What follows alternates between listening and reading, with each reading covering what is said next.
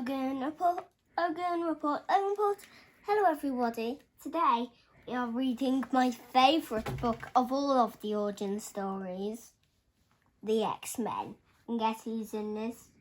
You probably don't know this, but Wolverine is in this. My favourite superhero, and I have an autograph of him right over there next to my Darth Maul, my Darth Vader, and my Rogue One. I actually have a lot of autographs. Those are all four that I have right now, but I'll get to more at some point. Guess what the title of the back says? It says, "Sworn to protect a world that fears them." That probably excites you a bit. And first there's all of these pictures of DNA. Some going this way, some going that way, some going this way. It's all a bit crazy. Well, the start of this isn't going to be really exciting, but in the end it's going to be pretty exciting. Marvel, X-Men. An origin story based on the Marvel comic book series, The X-Men. Adapted by Rich Thomas and Jeff Clark. Illustrated by the Storybook Art Group. For some reason, all of these are made by the Storybook Art Group. And they're all in a Marvel comic book series. Did you ever have a dream that felt so real that you were sure you weren't dreaming at all? This is a story about a boy named Charles Xavier who dreamed he could do many things that an ordinary boy could not. He dreamed his mind could leave his body and float like a feather.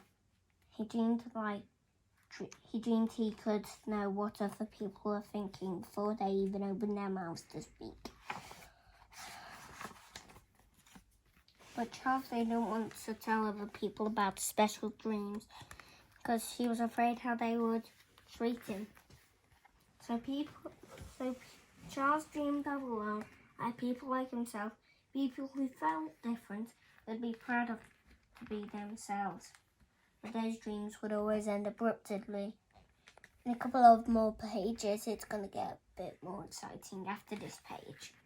You see, the world didn't seem like a very fair place to Charles. His father had passed away and he was just a young boy. He lived in his father's mansion with his mother, who loved him very much, but his older brother and his stepfather lived in the mansion too, and they were heartless and cruel to Charles and his mother. For some reason, I think when I get this, it says, but his older brother and his stepfather lived in the mansion too. I thought, like, maybe we missed a page or something, but I don't actually know. Charles didn't look like other kids either. He began to lose hair at a very young age. By the time he was a teenager, Charles's head was completely bare. But that was not all. Charles had always heard whispers of things that no one was saying out loud. As he grew older, he began to hear them more and more clearly. Eventually, Charles realised that he could read minds. As the time went by and Charles grew older, he used his gift to gain knowledge. He studied to become a doctor of science. He wanted to learn more about why he had these special powers. Charles soon discovered that he was a mutant, a person born with special abilities. His studies took him all over the world, and whilst in Egypt, Charles met another mutant for the first time. This mutant was evil and Charles had to stop him, so they fought on the astral plane, and Charles won. I think that man's definitely that one, because right there, there's him right under him, which is the same person. And I'm guessing that one is that one. And Charles isn't in that picture. Or is he? Just kidding, he isn't. Charles soon met another mutant, a man named Eric Magnus. Magnus had the mutant power to move metal objects without touching them. Charles and Magnus became fast friends, but they did not always agree. Magnus knew that humans feared and hated mutants. He thought the only way for mutants to keep themselves safe was to use their powers to take over the world. But Charles still dreamed of a world where humans and mutants could live together peacefully. Well, it would be good if there was less pollution and you were a metal mutant or a plastic mutant and you can hold them without you needing to touch them. And then you can just clear all the oceans and ponds so there's no pollution. Charles and Magnus soon met and defeated an evil human named Baron von Strucker, who wanted to use his wealth to destroy anyone he didn't like. Magnus felt that this provided humans were bad. He took the Baron's gold and flew away with it, telling Charles he was foolish to believe that mankind was good. Charles was sad to lose his friend. As he continued his travels, he began to think about returning home.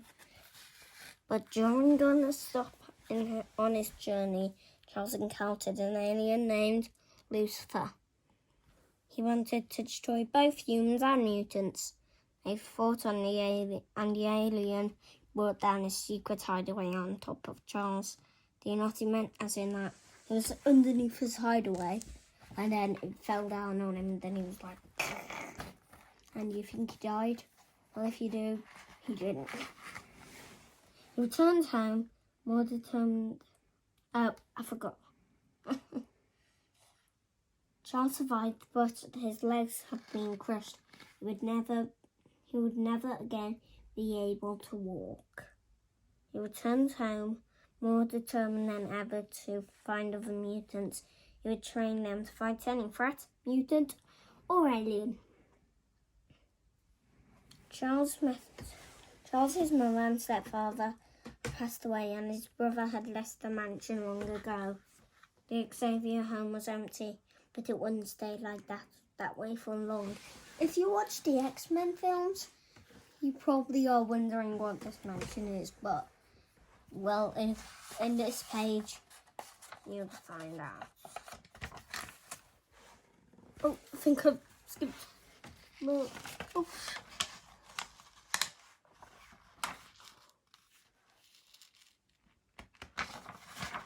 So, I thought there was actually a page where it told you what it was called. There was for gifted youngsters. It's called for gifted youngsters. The first mutant Charles found was named Scott Summers. Charles called him Cyclops for the optic blasts he could shoot from his eyes.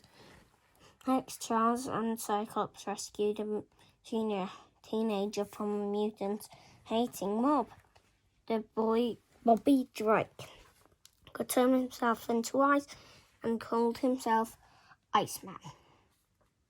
If you know Iceman from the Marvel Avengers game, the Lego one, you would probably played as him if you finished the game twice, like me, because I've done that before. And once I've done it in one single day, no breaks, only for lunch and dinner. It only took the morning and the afternoon away. Then the ground group found Warren Worthington III, who called himself Angel for the wings that helped him fly. And finally, Hank McCoy joined the team. Hank was called the Beast because of his large hands and feet, which helped him swing like a monkey and punch like a gorilla. For some reason, I thought that Warren Worthington III is that one, and Hank McCoy was actually this one. And then, but I always thought these were the same one, but he can kind of do an optic blast out of his hand though, and he can do eyes. That one's basically kind of fire, that one's ice. fire versus ice all over again. Well, there is someone else that's a superhero. That's a superhero, part of the Fantastic Four, and his name's Human Torch. And he's part of the Fantastic Four and in the Lego game as well.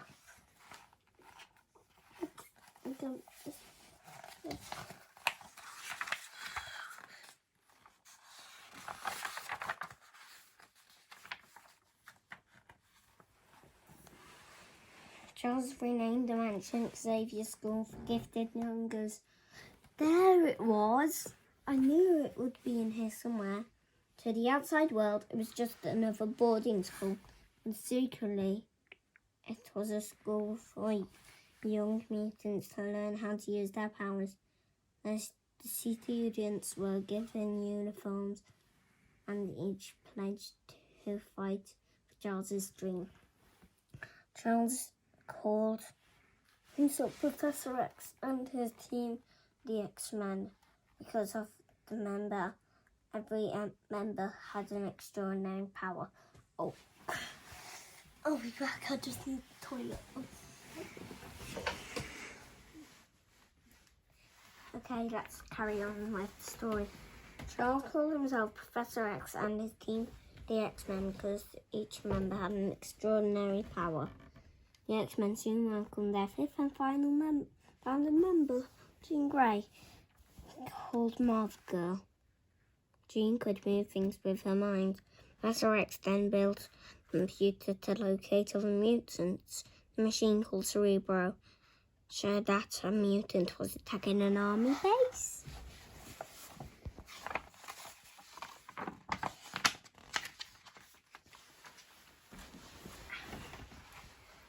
It was the professor's old friend, Magnus, now known as Magneto. He had used the Baron's gold to wage war on the human race. Charles knew that only the X-Men could stop his old friend. The X-Men arrived at the base just as Magneto began to attack. And so the X-Men sprang into action and attacked him right back. Cyclops tried to pass through Magneto's magnetic field, but he couldn't. Magneto guided every missile that Marvel Girl tried to send at him, right back at her. Angel and the Beast did not fare much better. Last, Magneto attacked them all, but Marvel Girl covered her teammates with a force field. The X-Men were not so easily defeated. The X-Men had come to stop Magneto and turn him over to the police, but Magneto had escaped. The X-Men were disappointed, but Professor X told him he was very proud of them for stopping the attack. Over the next few months, the X-Men trained in a special gym called the Danger Room. The room was filled with obstacles to help the X-Men perfect their abilities. Professor X used Cerebro to keep a constant watch for new mutants. And he found many, but more often than not, the mutants were evil. After many battles, the X-Men graduated and became fully fledged heroes. Professor X had never been prouder of his students. He retired their school uniforms and dressed them in new costumes. But the end of their school days did not mean the end of their missions. In fact, things only got more difficult for the X-Men. More mutants were appearing each day, and humans were becoming more and more concerned. They were afraid of the mutants' power, even though the X-Men tried to protect humans and live Professor Xavier's dream. People treated all mutants badly. As mutants grew in numbers, so did the X-Men. Cyclops' brother, Alex Summers, and Angie Bastin mutants called Havoc, and Lona Dane, called Polaris, for her magnetic abilities, joined the team. but the group was still too small to fight all the threats. And when the X-Men went missing on a dangerous mission, Professor X had to assemble a new group to rescue them. In Canada, he recruited a mutant named Wolverine who could heal himself from any injury, and whose claws could cut through almost anything. In Germany, Charles found Kurt Wagner, called Nightcrawler, who could move from place to place with just a thought. Together with Wolverine and Nightcrawler, Professor X decided to seek out more good mutants to help the original X-Men.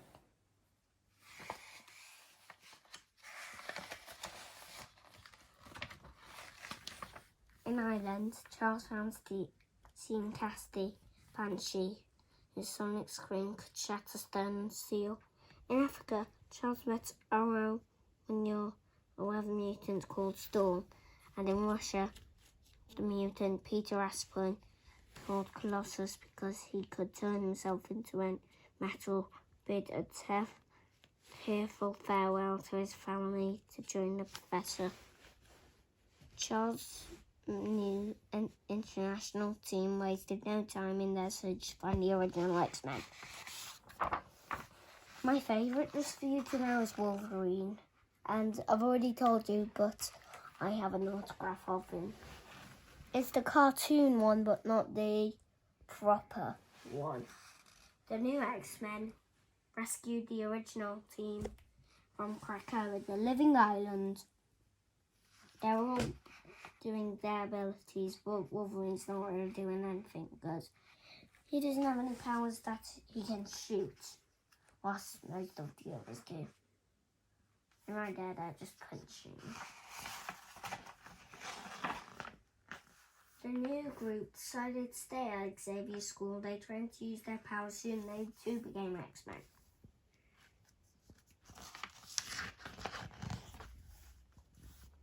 They were like a family, but no matter what they did, trouble seemed to find them.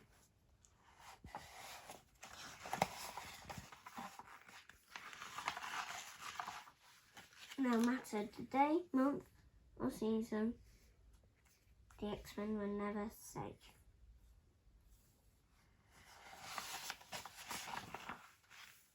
Enemies both old and new were always attacking, and with every incident, humans became more worried about mutants. But with every battle, Charles felt the need to fight harder for his dream.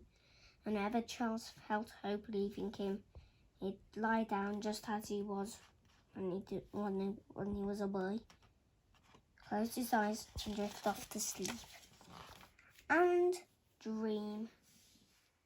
The end. Just for you to know, if you haven't liked and subscribed yet, make sure you do that and hit the bell notification so you never miss a video. Bye.